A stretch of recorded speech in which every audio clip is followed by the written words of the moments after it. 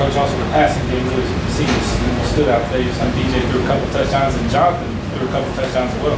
Well, I think, like you say, you're talking about a bunch of receivers that's been here for a couple of years that has really not been in a passing offense. And I think we all got to give credit where credit's due. I was with Sammy for 6 years when I was here. He was here with Coach Spears, and every year Sammy has produced a pretty good wide receiver.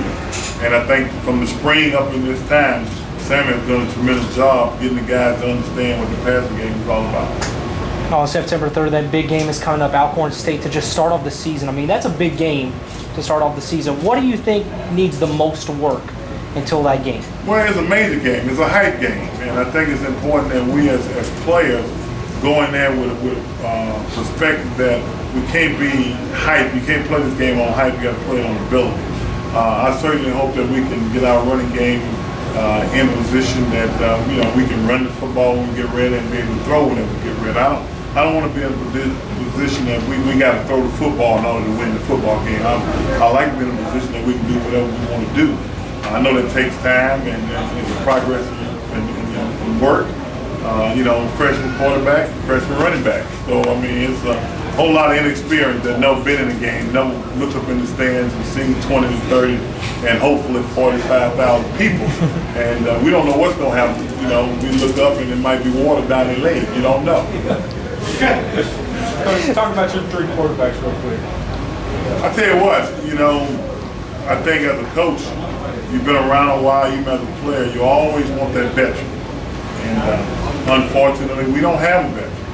But somewhere along the line, one of these young guys got to grow up. And today, I think I was real pleased with the quarterback play. I thought DJ shook off some jitters early in the week. He didn't play as well. Yesterday, he had a better day. And today, I think he played with a lot of confidence. Frank is coming. Frank missed the spring. That didn't help Frank, but I think he's coming along.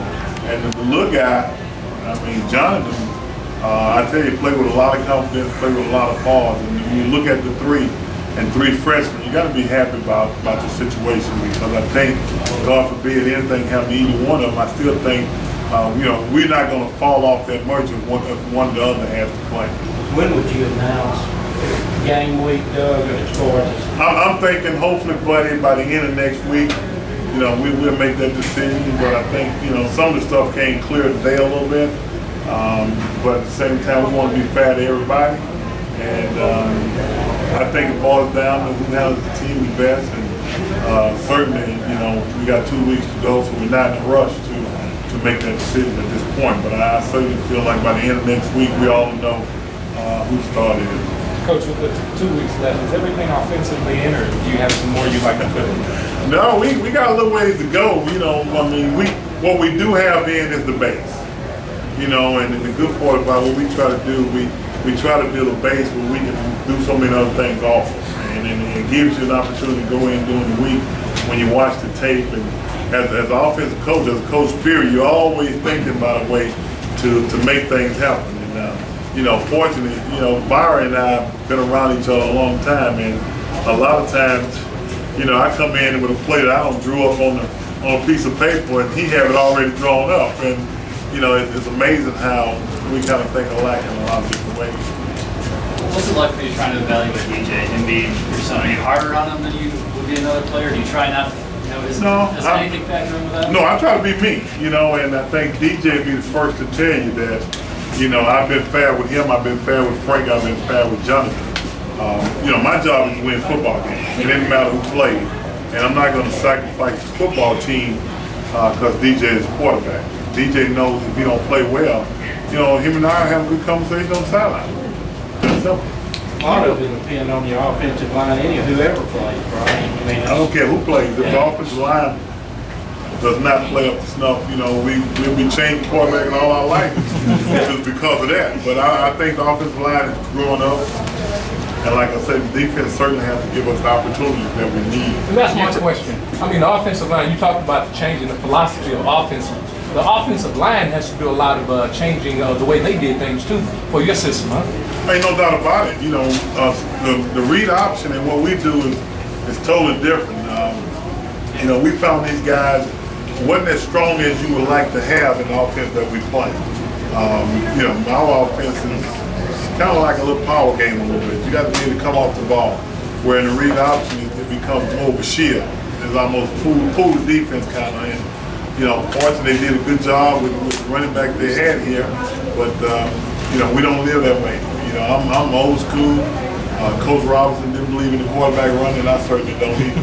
Coach, can you elaborate? You said the 3 freshman quarterbacks really showed you different things. What were you meaning with that? Well, number one, I think DJ came out and played with a lot of pause. One big play helped him a lot. He threw another pass that, you know, I thought was big lead to the right side, how he squeezed it in. Just his action on play action and hiding the ball, did a good job. Frank, on the other hand, you know, Frank made some good throws. Frank got to learn a little bit to get the ball out of his hand a little quicker than what he did today. Jonathan, I'll tell you what, man, played with a lot of pause. I mean, he didn't play like he just got here. And that's a good feeling to watch him. And look at him, you know, you think he's the oddball out, but at the same time, you know, somewhere along the line, we talk about evaluating quarterbacks, who's going to be the starter, but we still got to find out who's going to be the backup. Coach, what did you tell your team at the end of the scrimmage? That we've had a good camp. And, you know, we got a chance to name the Tiger today. And we come up with pride. And if you read what pride stands for, you know, it's something I always talk about Grambling. You know, you got to have pride to be here. You got to want to be here. You got to love to be here. And we named it Tiger Pride. So we talk to the team. Basically, what we talk about is the fact that we are Grambling. And at the same time, we always say we all we got. And that's how we look at it. And we got to work within the means and the resources, everything that we have, what we need, we got to be right here.